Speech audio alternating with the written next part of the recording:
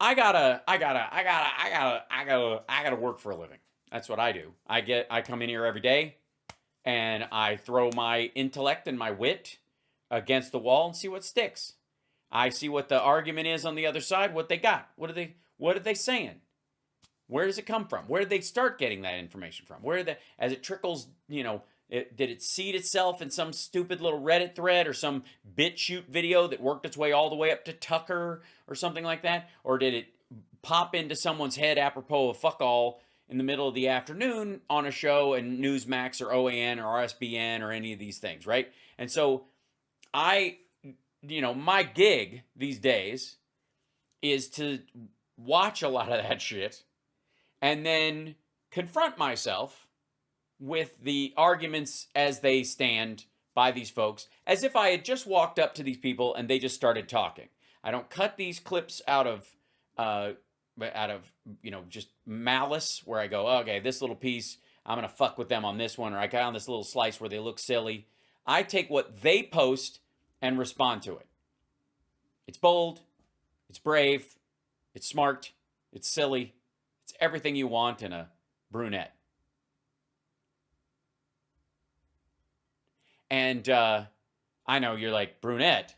I'd rather have good Lord. Lovely folks over at the Five are usually the last to hear.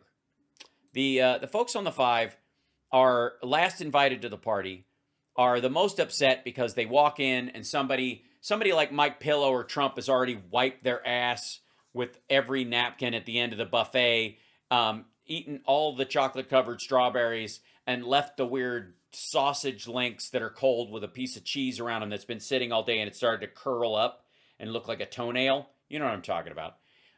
And they stole all the toothpicks and are cleaning their teeth with them, so you have to pick them up with your finger, and you're standing next to Steve Bannon, who's got like when he reaches down to grab something, things crawl out of his sleeve and pick them up for him and then walk them up into his sleeve.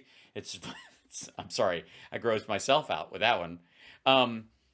The Gutfeld bunch, the Gutfeld bunch are all very upset because they're the last to find out anything.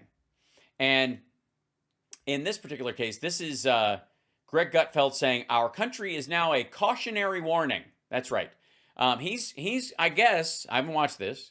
They're going towards the America is a shithole country, just like Trump said, we're a third world dump. Good old-fashioned Americana.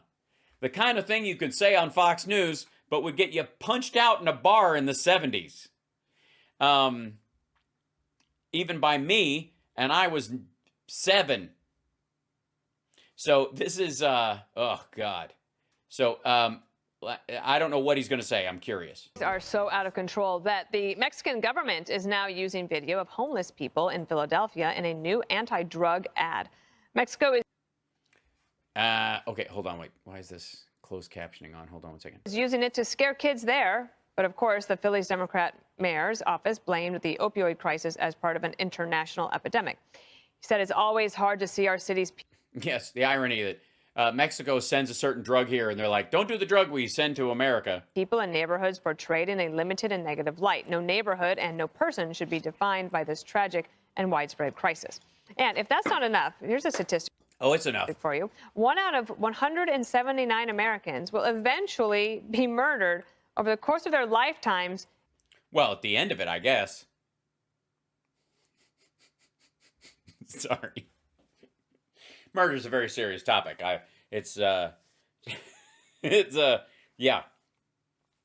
Over the course of decades, out of 179 million Americans, 1 million of them will die over the course of 80 years, possibly, according to this study.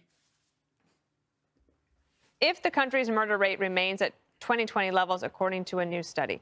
Oh, 2020 levels. Fuck, who was president in 2020? I don't remember.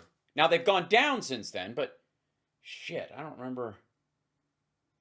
I don't know. We're going to have to pull our slack, because this is like the inverse of climate change. We have to all pull together. There are not going to be enough murders. 2020 levels. Didn't she have that look on her face like she was like 2020? Oh, who was president during that? Wasn't Biden. Fuck. That is a pretty startling statistic, but as we were talking in the commercial break, it's over the course of a lifetime. And Yeah. but anyways, it's a number that. Jesus Christ. This looks like somebody raided Glenn Beck's closet.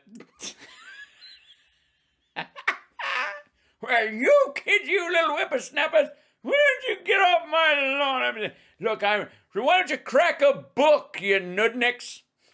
Can scare you. Can you lower it if you're the murderer? What? Can you lower it if you're the murderer? Yes. I'm trying Your chances? Yeah, my chances are I would rather be the murderer. I don't know. You know, this is another. You're not going to be the murderer. You're too much of a wuss. Greg, I believe most people have the capacity to kill another human being. It's just the circumstance that comes up. And the people who are the most adamantly against that statement, I could never, are usually the people who snap the easiest. I'm just saying, so calm down. That said, if I woke up in the middle of the night and I was in bed and Greg Gutfeld was standing at the end of the bed with an axe or a chainsaw or a butcher knife, I might die of laughter. Because if I don't, he's going to end up with all three of those things, or whichever one's the heaviest, up his ass. I'd rather be the murderer. Shut the fuck up. Example of Mexicans coming here and taking our jobs, right? We're the ones who are supposed to say how bad Philly is, not Mexico. But there was another side to this story that was really amazing. Isn't it, though? People were upset that they didn't get the consent from the people being filmed. Wow. And I'm thinking to myself, sorry, did the drug-addicted zombie get, your consent when they defecated in front of a packed school bus? He wrote that down. Well, if they're a drug-addicted, quote-unquote, drug-addicted zombie, they are mentally incapacitated, stupid. I think that goes out the window when their stuff is going out of their bodies on a sidewalk. But it says something now that our country is a cautionary warning. It always has been. Go watch Stripes. Watch when they go and get they take the RV and they go and rescue their guys, or the guys come after them to rescue them, and they're like, Chicago, bang, bang.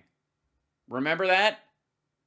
We've always been a fear point for other societies. We are now the S-hole country, right?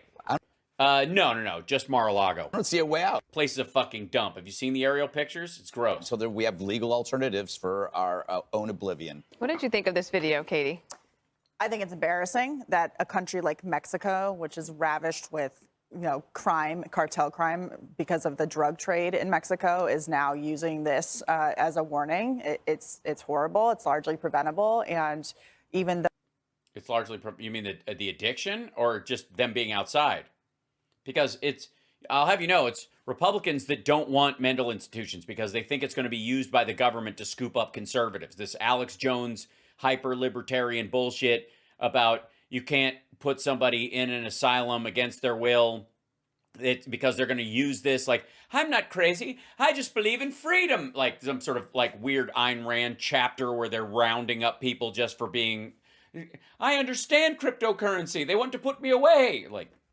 though we're being embarrassed on a national or international scale, we're not.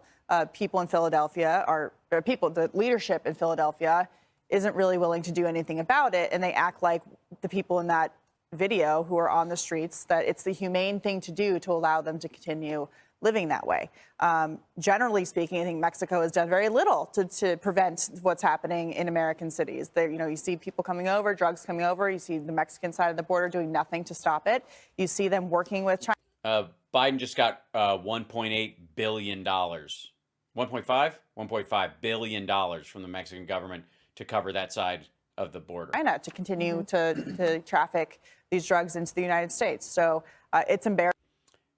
Yeah, she doesn't know what she's talking about. She's talking about, she's referencing a talking point from 2 years ago. Embarrassing, and the people in charge in Philadelphia and other cities in America have the power to change things, and they refuse to. Do they? Yeah, what's the power that they have? Can they round them up? What is it? We get butterfly nets and white vans again, like the 50s? They have a drug problem in Mexico, as in users. Not so bad, Yeah. apparently. They just make a lot of money. Basic- off of it. Yeah. What about hometown feelings there, Jesse?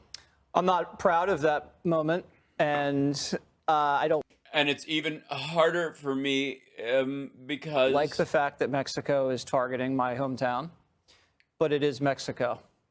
And Katie said it. Come on, we're talking about Mexico here. It's not like Canada is saying this. It's Mexico. Right. I like Mexico over. I'll take Mexico over Canada. no, you won't, you fucking tool. Unless you're, I guess, going on a trip and sitting on Ted Cruz's lap. To do what? Vacation? So would I. Everything. I don't would? like. Yeah, Trudeau. What do you think the murder rate is in Mexico compared to Canada? Oh, I don't know. What are your chances of being? He doesn't go anywhere. Okay, Greg is not going anywhere by choice. He's not like, I have a dream to go see something else as a human being. And he sure as shit isn't being invited by other people to go, hey man, we're all going to take a trip.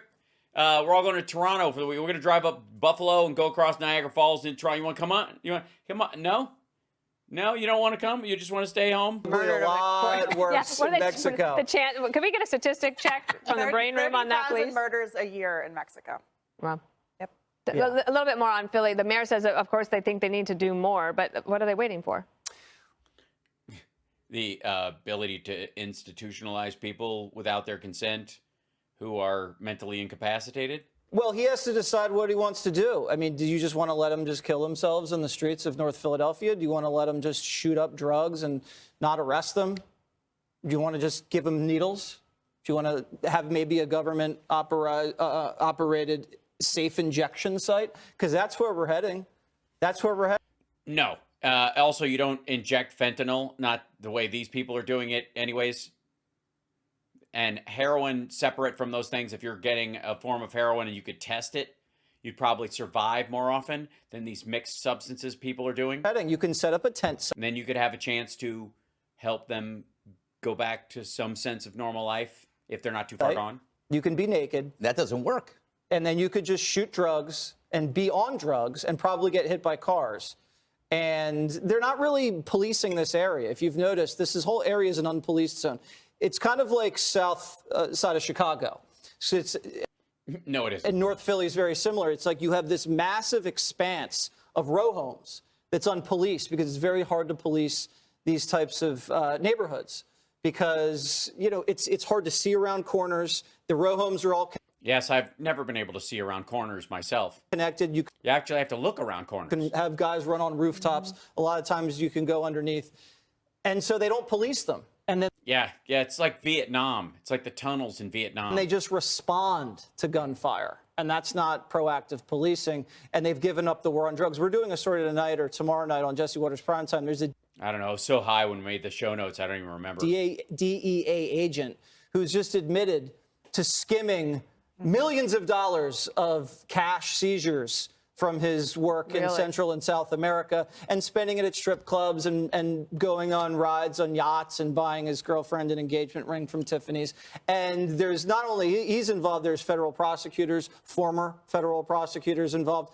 The whole thing looks like the war on drugs is a joke and federal law enforcement guys are just making money off of it and using it to buy strippers. What do you make of all of it, Jessica? Why don't you say word thing, Jessica? Because what Jesse just said, I'm not even sure what he's getting at. Because to him, it seems like I thought he was going with the giving up on the war on drugs is a bad thing. And then he started on this thing where obviously people, and we're talking about people who are either working during or arrested during the Trump administration, which is, again, really fucking uncomfortable. I already said the 2020 murder statistics. What do you think, Jessica? Say word thing together in sentence form where words are said. A couple of things. A large chunk of this ad is focused on fentanyl and how highly addictive it is. And I thought that was just such a low blow because they blatantly know where the fentanyl is coming from at this point. I mean, you're hard-pressed to find fentanyl in America that didn't come from Mexico first, or I should say China first and then via Mexico. Or Arizona, where the precursors are sent down to Mexico and turned into it. It felt even more aggressive to me than just being about Philadelphia. And we'll see if there will be changes because Josh Shapiro, who's the new governor of Pennsylvania, has gone after the DA in Philly and said that it can't stay this way. And so we'll see if something changes. But this almost seemed like... You can't just tell them that Josh Shapiro, the new Democratic governor of Pennsylvania, is going to change this and not cut to their faces as they go, yeah. A hit against the whole country and the Biden administration, right? Yeah. This is an ad that came out right around his essentially re-election, right? So Democrats took control of the Senate, have held on better than everyone thought in terms of the House, only going to be a couple of seats down. And to throw this into the ecosphere at this particular moment felt more thought out than just a random... Ultra MAGA Mexico? Sure. Yeah. Do you think that the Vice President of the United States, Kamala Harris, called her Mexican counterpart and said, knock it off? I would hope so. I doubt it. Okay, but I... Yeah, probably not. She probably said, good job. Those people look great. That we should have more Americans that look like that. Heard you. She called him up and said, you got any more fentanyl that we can dump there? I got a couple neighborhoods I'd like to fuck up. You know, because we were going to do more riots and stuff. I would still hope Maybe so. she will now. I won't bet you, but I doubt it. Yeah, you can't afford to keep betting the liberals. That's true. I went on Brian. Hi, everyone. Brian Cream. I'm drunk. That turned out to be more everybody else than Greg Gutfeld. I think they just used that line that he wrote down on the beginning and his half a joke and then his macho assertion that he thought he should be a murderer more than a murder victim, while dressed like Glenn Beck's grammar tutor